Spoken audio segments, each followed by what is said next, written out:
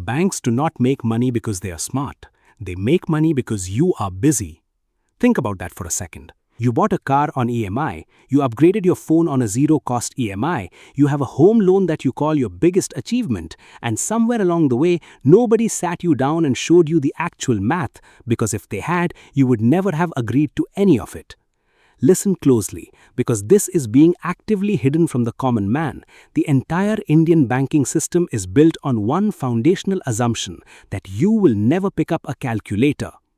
Today we are going to destroy that assumption. We are going to go through what I call the EMI Trap System, the three-layered mechanism through which banks engineer your behavior, drain your monthly surplus, and ensure that you remain dependent on them for the rest of your working life. And then in the second half of this video, we are going to reverse engineer the whole thing, and I am going to give you a three-phase blueprint, what I call the Wealth Reclamation Protocol, that requires no extra income, no stock market speculation, and no financial degree, just the information you are about to receive, applied in a very specific sequence. Stay with me, because the third phase of this protocol is the one that genuinely changes the math on your entire financial life, and most people never reach it because they get distracted by the noise in phases 1 and 2. Hi, I am Rohan. Welcome to the channel. If you are new here, this is where we have real, unfiltered conversations about money for the Indian salaried middle class, the people who earn well, pay their taxes honestly, and somehow still feel like they are running in place every single month.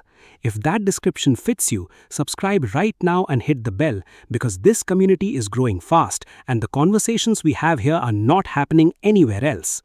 Now, let's look at the actual math behind this. You earn, let's say, 50,000 rupees a month. That is not a low salary in 2026. By most measures, you are in the top 20% of income earners in this country. You should be building wealth. You should be moving forward. But here is what your monthly cash flow actually looks like, and I want you to follow this closely because it is going to be uncomfortably familiar. 50,000 rupees comes into your account. Your home loan EMI fires first, let's say 22,000 rupees. Then your car EMI, about 6,000 rupees. A consumer durable loan for that laptop or refrigerator, another 2,500 rupees. Your credit card minimum payment from last month's statement, 3,000 rupees. Before you've had your morning tea, 33,500 rupees has already left your account on autopilot. You are left with 16,500 rupees to run your entire life. Groceries, fuel, school fees, utilities, medical, everything. And here is the part that stings. Of that 22,000 rupees home loan EMI you just paid, in the very first month of a 20-year loan of 25 lakhs at 8.5% interest, which is a reasonable rate in 2026, roughly 17,700 rupees of that 22,000 is pure interest. You are paying the bank 17,700 rupees, and your actual loan outstanding is reducing by only 4,300 rupees. You are not repaying your home, you are renting money from a bank, and the rent is 17,700 rupees a month. This is layer 1 of the EMI trap system. I call it the front-loaded interest illusion. Banks do not give you a loan out of generosity. They structure that loan using something called the amortization schedule in a way that ensures they collect the maximum amount of interest in the earliest years, when you are most likely to repay on time and least likely to prepay or refinance. Month 1 of your loan, 81% of your EMI goes straight to the bank as interest. 81%. Only 19% reduces the actual debt. And that ratio improves so slowly that for the first several years of a 20-year loan, you're barely denting the principal at all. By the time you reach year 12, when your EMI finally starts going more meaningfully towards principal than interest, most people have already moved or taken a top-up loan or refinanced for a new property. The cycle resets, the bank wins again. They want you to never pick up a calculator, because if you did, you would realize that on a home loan of 25 lakhs at 8.5% over 20 years, you end up paying close to 52 lakhs back to the bank. You took 25 lakhs, you pay back 52 lakhs. You are paying for 2 homes and handing one of them silently to the lender. Now, let's talk about layer 2. This one is more invisible, and in some ways it is more dangerous. I call it the lifestyle inflation escalator. Here is how it works. You get a promotion, your salary goes from 50,000 rupees to 65,000 rupees. Congratulations, genuinely. But within 3 months, something very predictable happens. The car feels old, the apartment feels small, the phone contract comes up for renewal, and there's a very attractive new model available on, you guessed it, zero-cost EMI. And suddenly your 65,000 rupees salary is as stretched as your 50,000 rupees salary was. The number changed, the feeling of constraint did not. This is not a character flaw. This is a documented psychological mechanism called hedonic adaptation, and the entire consumer credit industry is built on top of it. Every time your income rises, there's a perfectly timed product waiting to absorb that increment before you can convert it into savings. Zero-cost EMIs are not a favor from the brand or the bank. They are a very sophisticated trap, because even if you pay zero interest, you are now carrying a new liability. You are committing a fixed monthly amount for 12 or 18 months, and you are reducing your ability to invest that money or handle an emergency without going into further debt. The ground reality is this: most Indian salaried professionals in their 30s have a net worth that is a fraction of what it should be relative to their income, not because they earn too little, but because every income increment has been pre-committed to a new EMI before they even received it. Layer 3 is the one nobody talks about. Not your bank, not your relationship manager, certainly not your uncle who's very proud of his LIC policy. I call Layer 3 the silent tax accelerator. Here's what's happening in the Indian economy in 2026 that you need to understand. The Reserve Bank of India's inflation target band is 4% plus or minus 2. In practice, for urban households, the actual felt inflation, what economists sometimes call core urban CPI, has been running higher than the headline number for the last several years. Food inflation alone has been persistently elevated. Your child's school fees are going up 7 to 10% annually. Medical costs are rising at 12 to 15% annually. Your rent is renegotiated upward every 2 years. Now here's where the silent tax accelerator comes in. Your savings account pays you 3 to 3.5% interest per year. Your fixed deposit, the pride of every Indian middle-class household, pays you between 6.5% and 7% right now. After you pay tax on that FD interest at your income slab of 30%, your effective post-tax return is approximately 4.5% to 5%. Against an effective cost of living increase that is running higher than that for urban households, you're not saving money in an FD. You're losing purchasing power in slow motion while feeling the psychological comfort of watching a number go up on your screen. Do you genuinely think your FD is safe? The ground reality is that your wealth is eroding every year. The money is all there, the number is intact, but its real-world value, what it can actually buy, is shrinking. And the bank is using your FD deposits to fund the same home loans it is issuing at 8.5%.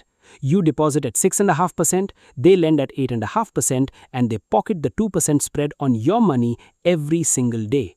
This is the EMI Trap System in its complete form. Layer 1 extracts your cash flow through front-loaded interest. Layer 2 prevents your income growth from translating into wealth through the lifestyle inflation escalator.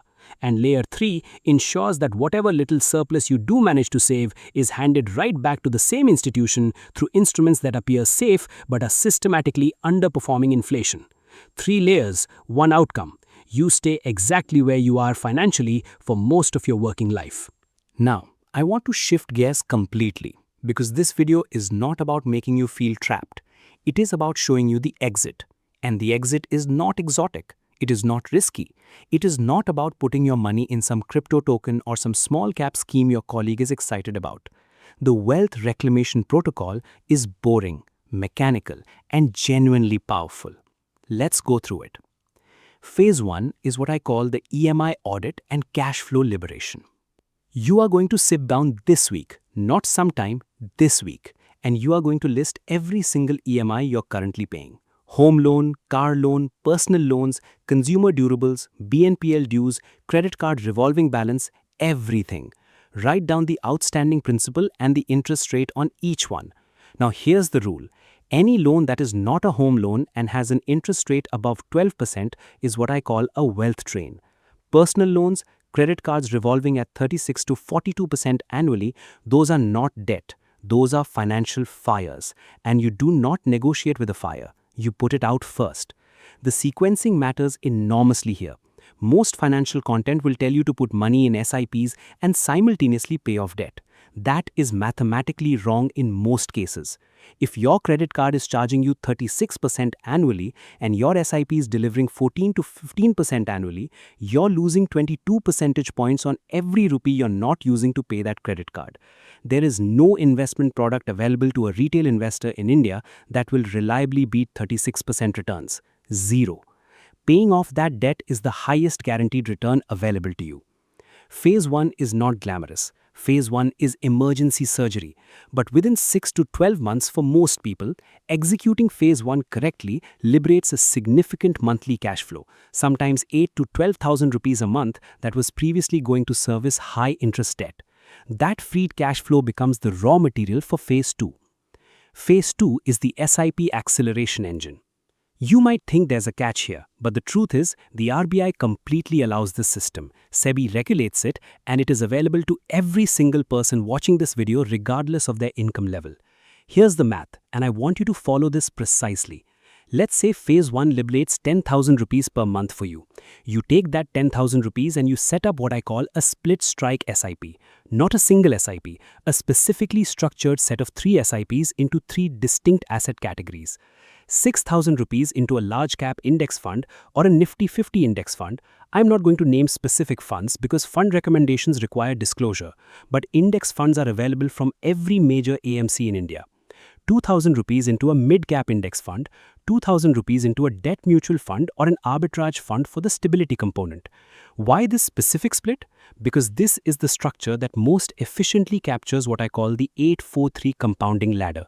And I want to explain this properly because this is where most financial channels get it completely wrong. Let's use a 15,000 rupee monthly SIP figure, which is where you will be by year 5 as you step up your contributions at a 12% annualized return. At 8 years, this SIP has grown to approximately 24 lakh rupees. At year 12, 4 years later, it has nearly doubled to 48 lakh rupees. That first doubling in 4 years, that's the compounding engine warming up. Now here's the part that will genuinely shift how you think about time and money. Between year 12 and 15, just 3 more years, your portfolio grows by another 27 lakh rupees. 27 lakh rupees of new wealth generated in just 36 months. Compare that to the 24 lakh rupees it took you 8 full years to build at the start. The growth your money produces in those final 3 years is roughly equal to the entire corpus you built across the first 8. That's the 8-4-3 compounding ladder.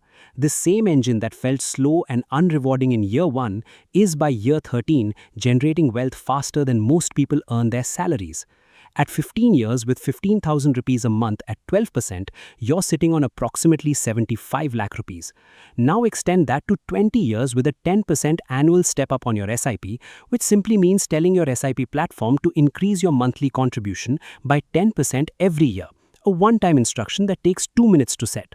That corpus approaches 2 crore rupees on a salary that started at 50,000 rupees, without a side business, without putting money into anything speculative, just the 8-4-3 ladder consistently applied with annual step-ups. But here's where most people fail. They set up the SIP, they watch the market fall 15% in year 3, they panic, they stop the SIP, they lock in their losses, exit the compounding curve, and go back to an FD. And in doing that, they exit the race just before the exponential phase begins. The bank, meanwhile, continues earning its spread. Nothing changes. This is why Phase 3 exists, because information alone is not enough. You need a system that makes it structurally difficult to make the wrong decision. Phase 3 is what I call the behavioral lock-in architecture. This is the final piece of the puzzle, and I promised you this would be the phase that changes everything. Here's the code insight. Willpower is a finite resource. You cannot rely on motivation to maintain financial discipline over a 15-year investment horizon. Life will intervene. Emergencies will happen. Temptations will be marketed at you with 100 million rupee advertising budgets. If the right financial action depends on you making an active, considered choice every single month, you will eventually make the wrong choice. The solution is to make the right choice the default. Automate it so thoroughly that doing the wrong thing requires active effort. Here's the specific system. Open your banking app today, not tomorrow, today, while this video is still fresh, and execute these 3 instructions in this exact order. First, set your SIP auto-debit date to the 2nd of each month, not the 25th, not the last day, This second, because salaries typically hit on the first. If the SIP fires on the second, your investment goes out before your lifestyle gets a chance to consume it. This one change alone, shifting the SIP date from end of month to second of month, has in my observation more than doubled the consistency rate of investors. The money is gone before the temptation has a name. Second, if your bank offers an auto sweep or flexi FD facility, and most major private sector banks in India do, activate it with a threshold of 20,000 rupees. Any amount above 20,000 rupees sitting in your savings account at end of day gets automatically swept into a flexi FD or a liquid fund if your bank's platform supports it. It sweeps back in automatically if you need it. This means your idle cash is earning approximately 6 to 7% instead of 3 to 3.5%, and you did nothing except flip one toggle in your app. This is what I call the passive yield capture. You're not doing anything extra. You're just stopping the bank from using your idle cash for free. Third, and this is the one that will feel counterintuitive, set a credit card auto payment mandate for the full statement balance, not the minimum, not 50%, the full amount, every month without exception. The moment you allow even 1 month of revolving credit card balance, you enter the 36% interest spiral, and you have handed layer 1 of the EMI Trap System a direct line into your bank account. Full auto payment kills that possibility permanently. If your current lifestyle cannot be sustained by paying your credit card in full every month, that's not a cash flow problem. That's a spending problem, and the diagnostic is now visible to you. These three actions, SIP on the second, auto sweep above 20,000 rupees into a flexi FD, full credit card auto payment, constitute your behavioral lock-in architecture. Together, they take the most damaging financial decisions out of the domain of willpower and place them in the domain of system design. You're not relying on discipline, you're relying on automation. And automation does not have bad days. Automation does not get swayed by a Diwali sale. Automation does not listen to your colleague's hot stock tip. Let me bring this full circle because I want you to leave this video with the complete picture in your head. The EMI Trap System, front-loaded interest illusion, lifestyle inflation escalator, silent tax accelerator is not a conspiracy theory. It is not a vilification of banks as institutions. Banks are doing exactly what they're supposed to do, which is generate returns for their shareholders. The system is functioning precisely as designed. The only problem is that it was not designed for your benefit, it was designed for theirs.